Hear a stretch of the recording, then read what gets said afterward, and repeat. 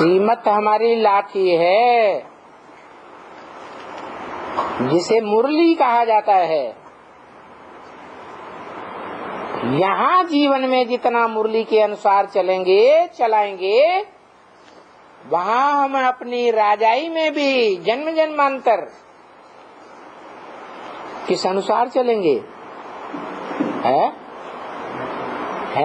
संगम युग में जो हमने श्रीमत आत्मा में धारण की है, उसी के अनुसार राजाई चलाएंगे और अपनी प्रजा को भी चलाएंगे। इसलिए बोला श्रीमत से सदगति। यहाँ संगम में सदगति है मन बुद्धि रूपी आत्मा की सदगति। क्या सदगति? जो गीता में बताई है,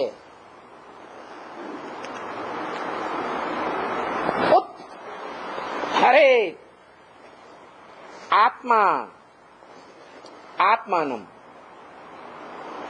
मन बुद्धि रूपी आत्मा ज्योति बिंदु को मन बुद्धि के द्वारा ऊपर हरण करके ले जाना चाहिए।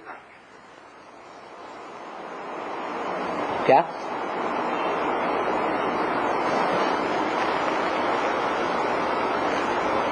सिर्फ आत्मा को ऊपर हरण करके ले जाने का काम करें,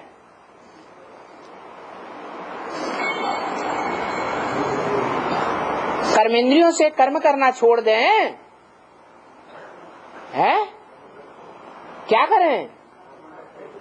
हाँ, कर्म करें, कर्म धारा का त्याग न करें।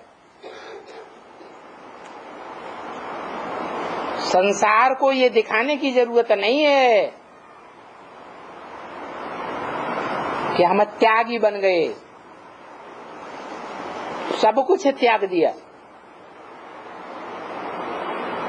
नहीं, हमारा कर्म योग है। कर्म करते हुए कर्मेंद्रियों से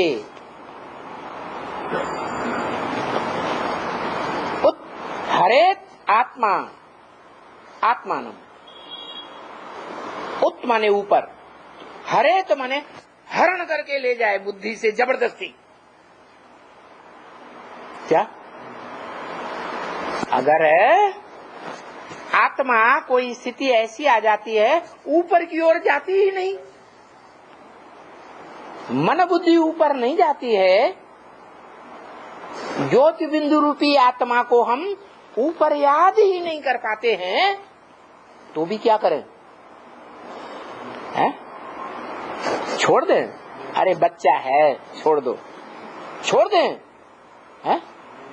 नहीं, जैसे बच्चा या बच्चा बुद्धि कुमार्ग पर जाता है, तो माँ बाप उसे कान पकड़ करके रास्ते पर ले जाते हैं।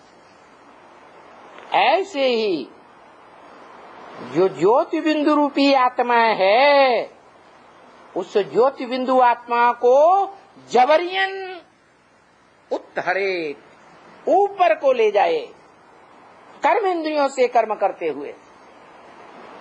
ना आत्मानम अवसादये, इस ज्योति बिंदु आत्मा को नीचे न गिरने दे, गड्ढे में न जाने दे। अगर कर्म करते आत्मा ज्योति बिंदु गड्ढे में चली गई, तो क्या होगा? है दुर्गति हो जाएगी। तो गीता ज्ञान में श्रीमत क्या कहती है?